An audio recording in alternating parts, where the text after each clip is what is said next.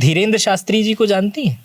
जी हाँ जी। अच्छा, वो जैसे वो जादू वगैरह करते हैं, वो आप भी उस तरह कर सकती हैं? देखिए, वो कोई जादू नहीं करते हैं। धीरेन्द्र शास्त्री जी जादू नहीं करते हैं? कोई लोग कहते हैं कि जादू करते हैं, कोई कहते हैं ढोंग पाखंड ये सब, तो ऐसा कुछ नहीं है। उन पे हनुमान जी की कृपा है। हाँ। और जिस पे भगवान की कृपा हो क्या नहीं कर सकता है। अच्छा। लंगड़ा पर्वत लांग जाता है, गूंगा प्रवचन करने लगता है, कोई कुछ भी कर सकता है, तो इसलिए वो कोई ढोंग पाखंड या जादू नहीं है। रामचरितमानस आपने कितनी बार अब तक पढ़ी है? वो चौपाई है, ढोल गवार शूद्र पशुनारी सकल ताड़ना के अधिकारी। इसका अर्थ ये नहीं है कि इसमें किसी को मारने पीटने के लिए कहा गया। इसका अर्थ क्या है, यही मुझे समझ। मैं बताती हूँ। हाँ। इसीलिए मंथरा के कहने पर वो वन में जाने के लिए नहीं कही थी। इसलिए भगवान राम से सर्वाधिक प्रेम करने वाला अगर कोई है तो माता कैकेयी। आज मेरे साथ दुनिया की सबसे छोटी कथावाचक है, जिनकी उम्र महज 8 वर्ष है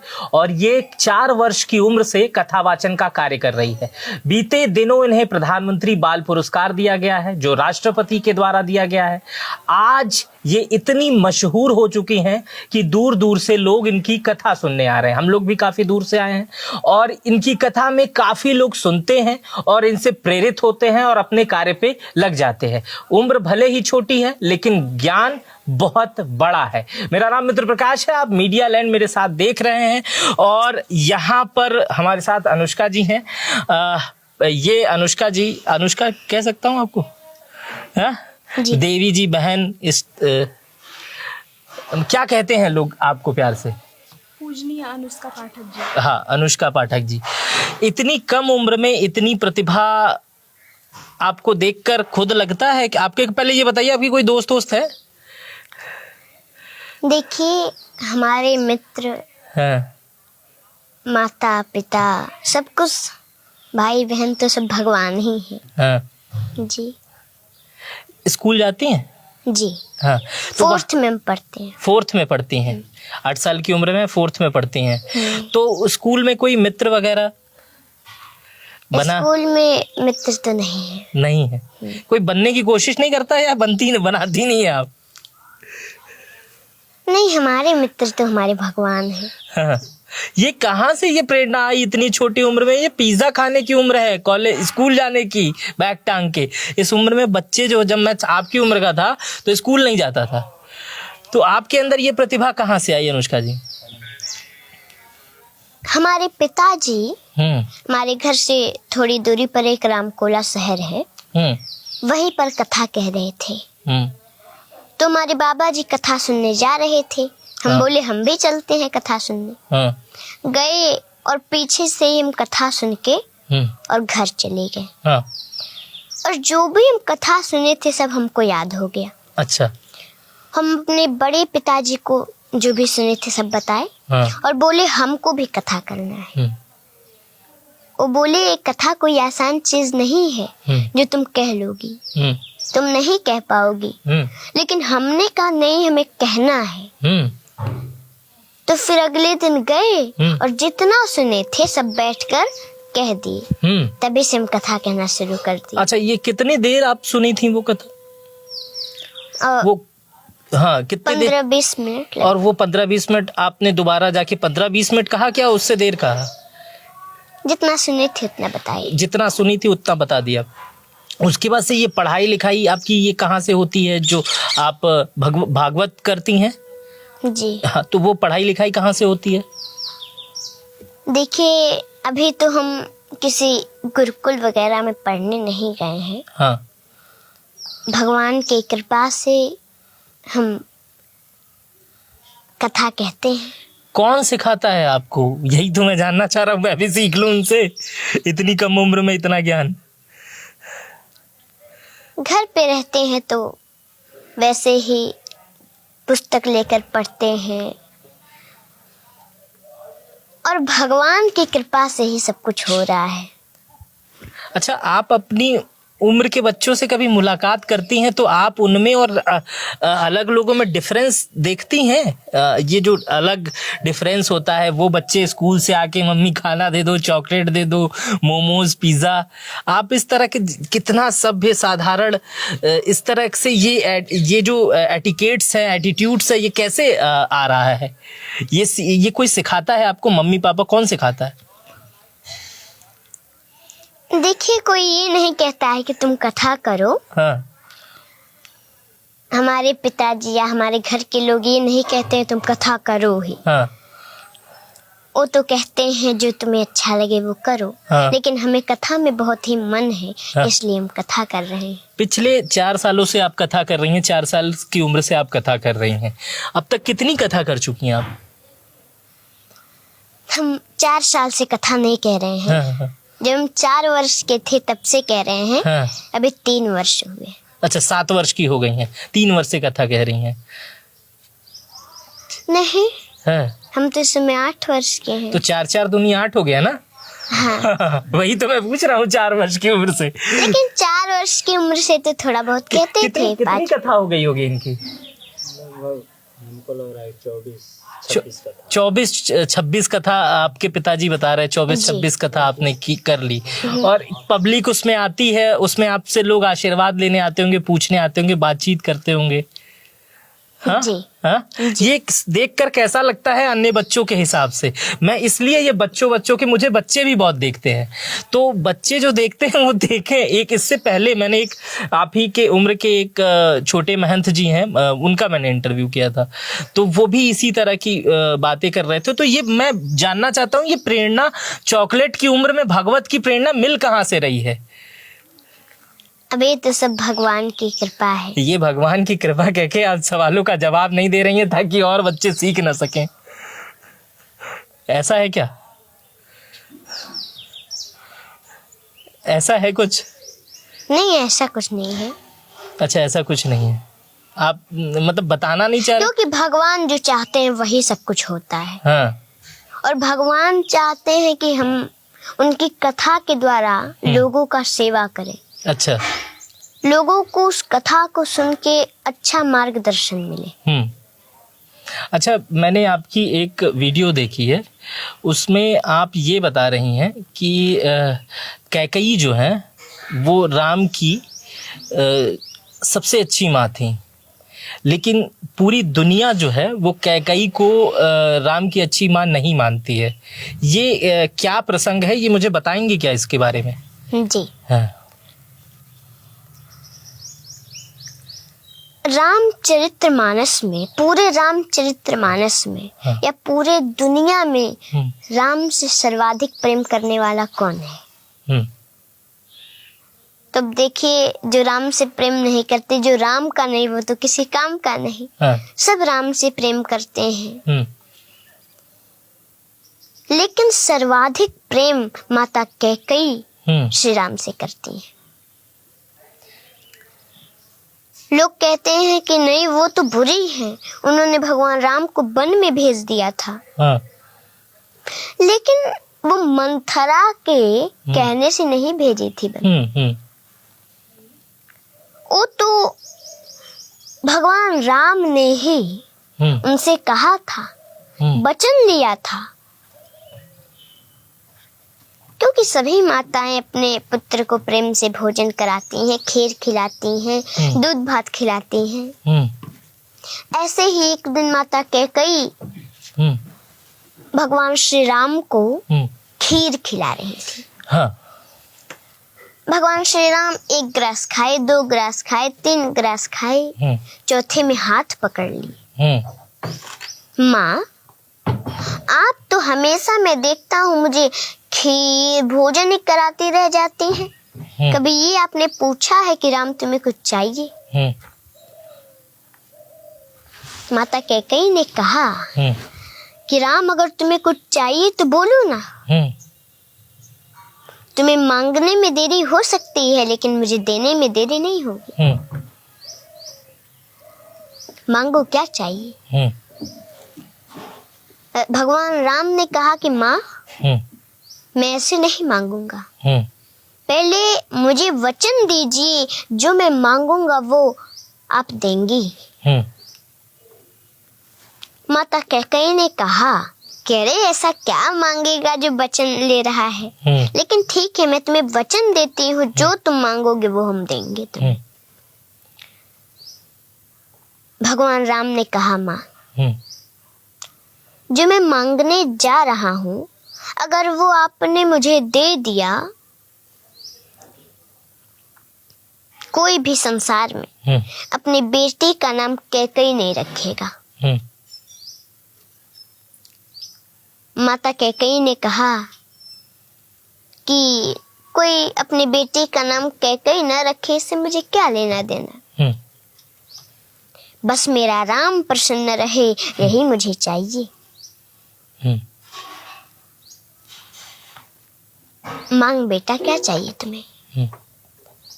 राम जी ने कहा कि माँ, जो मैं मांगने जा रहा हूँ, अगर वो आपने मुझे दे दिया तो संसार में आपका अपजस होगा।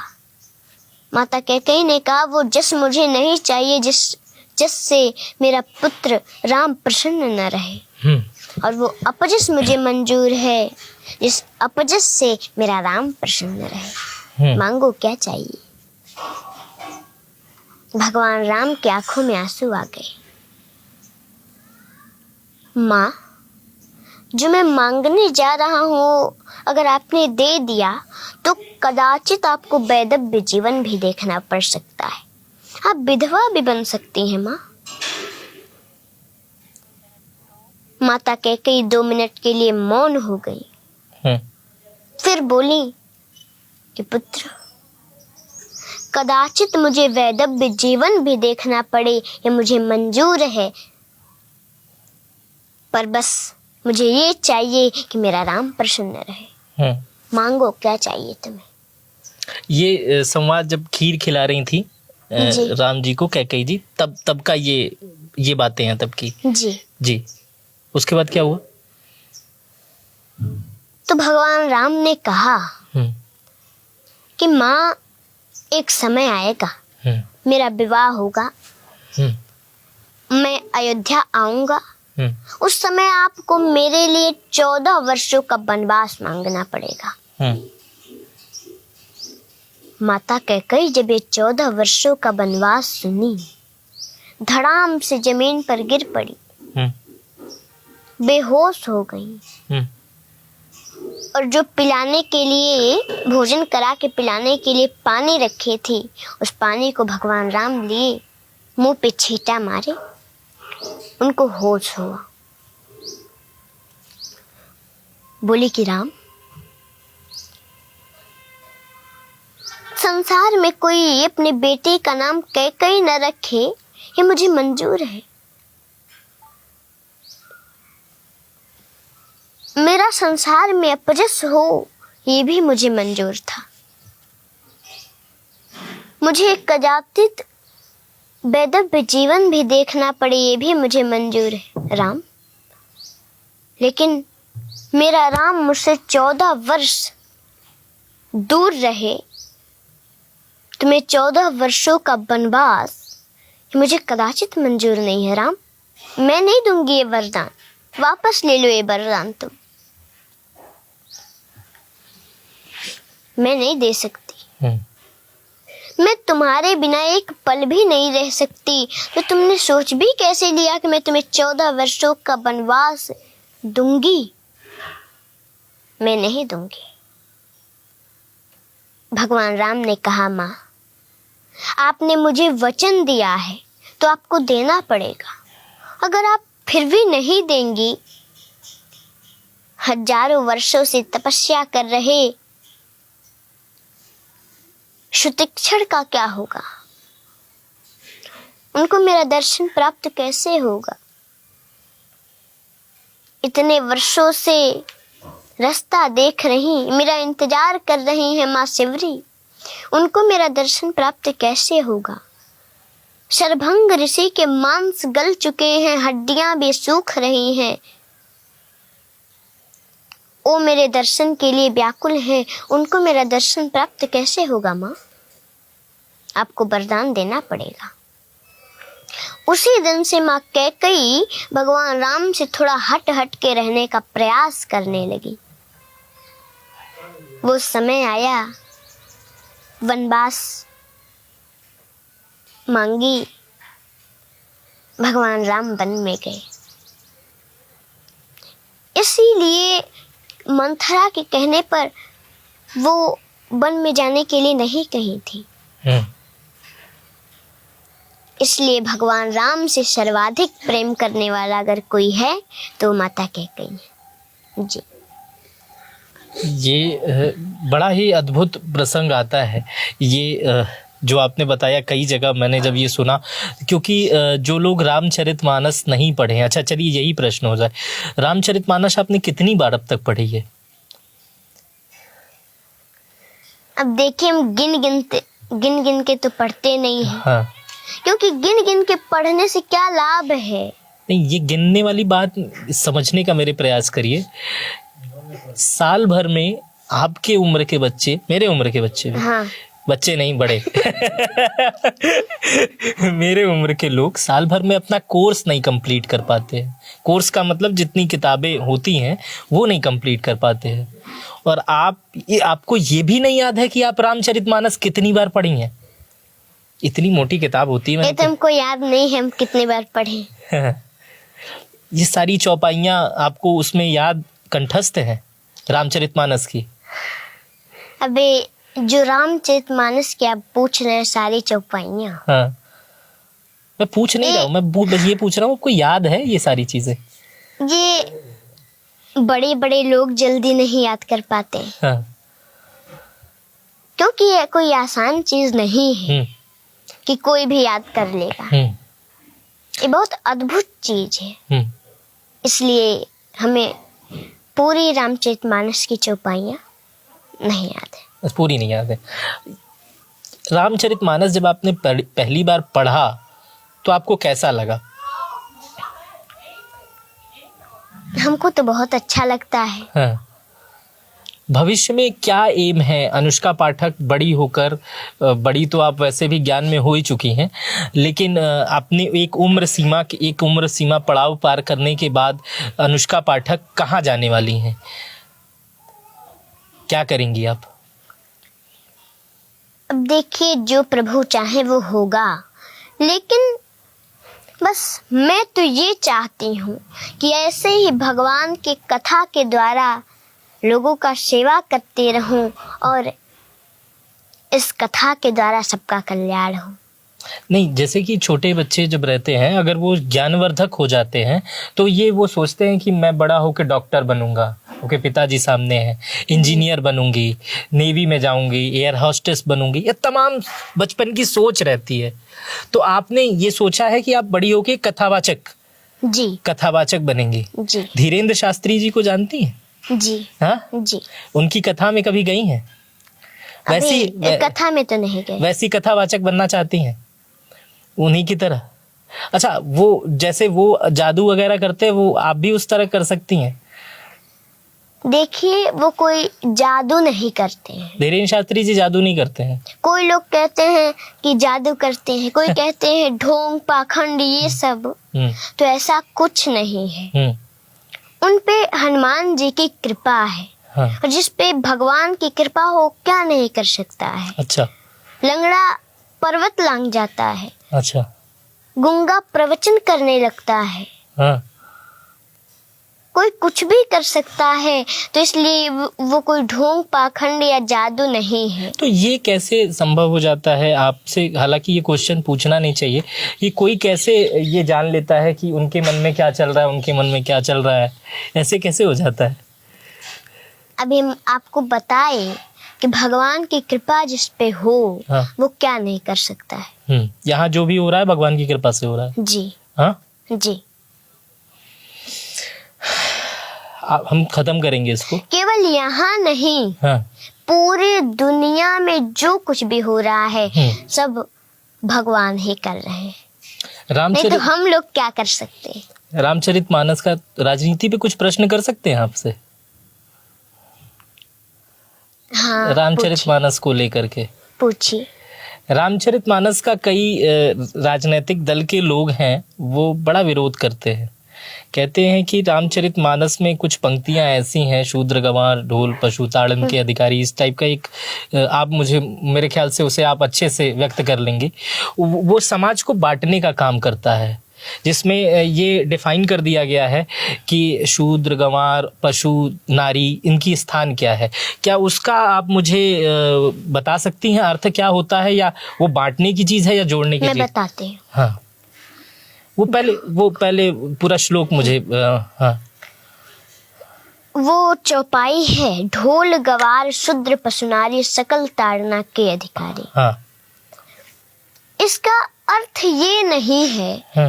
कि इसमें किसी को मारने पीटने के लिए कहा गया। इसका अर्थ क्या है यही मुझे समझ। मैं बताती हूँ। हाँ। जो ढोल होता है सभी लोग जानते हैं, तो उसको अगर हम पीटे, अगर पीटने से वो बजता तब तो कलाकारों की कोई आवश्यकता नहीं पड़ती, फिर तो कोई बच्चा से बच्चा पीट देता, बजा लेता। इसलिए पहले उसको ताड़ना का अर्थ जानना होता है, पहले उसे जानिए कि वो कैसे बजेगा, उसके बजाने का तरीका क्या है, तब आप बजा पाएंगे।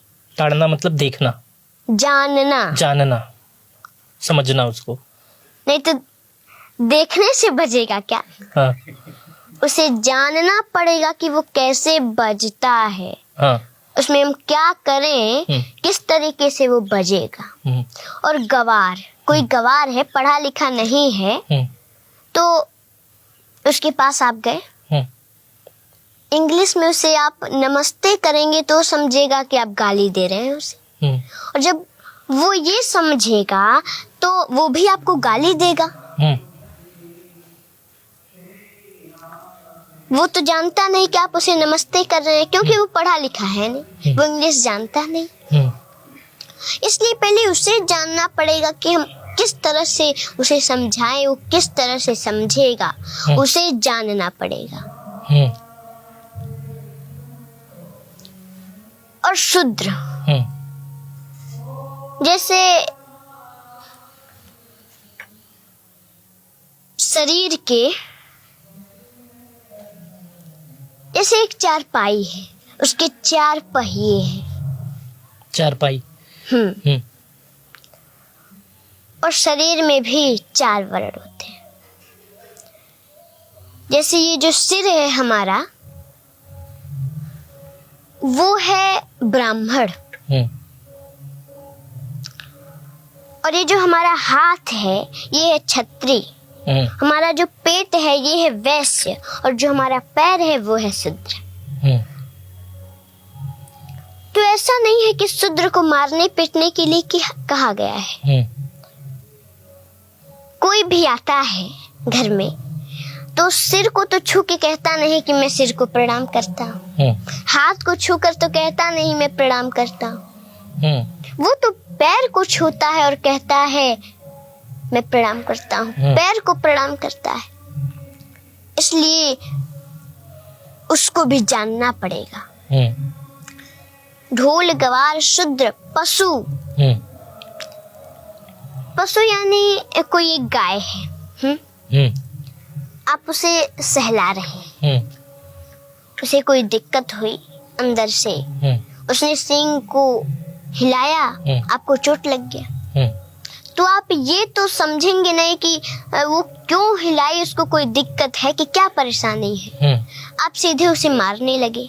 तो पहले उसे जानना पड़ेगा कि उसे क्या दिक्कत है, किस लिए वो सींग हिला रही है। और नारी, जैसे माताएं होती हैं, घर में भोजन बनाने के लिए कुछ कम पड़ गया चीज, गुस्सा होके बैठी हैं, आप आए कहीं से और देखे कि गुस्सा होकर बैठी है तो उन्हें मारने लगे, तो मारना नहीं है, जानना है, उसे जानना पड़ेगा कि वो किस लिए गुस्सा है। आप जानते हैं नहीं कि क्या बात है, और आप उन्हें मारने लगे। इसलिए ताड़ना का अर्थ जानना होता है, मारना नहीं होता है। और रामायण की जो बात है, रामचरितमानस की, तो इसमें केवल जीवन जीने की शिक्षा मिलती है। इसमें एक माता को अच्छी माता कैसे बने, एक भाई अच्छा भाई कैसे बने, एक पिता अच्छा पिता कैसे बने, ये सब सीख मिलती है उससे। वो किसी को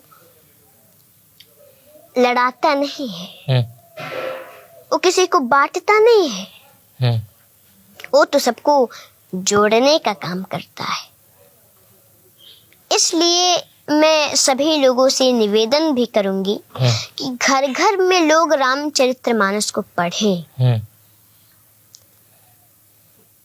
अब आप एक बात समझ लीजिए, केवल रामचरितमानस जी को एक बार प्रणाम करने से बहुत बड़ा फल मिलता है, तो पढ़ने से क्या होगा आप ही सोच लीजिए। इसलिए सभी लोग घर घर में रामचरितमानस को पढ़ें, क्योंकि उसमें जीवन जीने की शिक्षा मिलती है।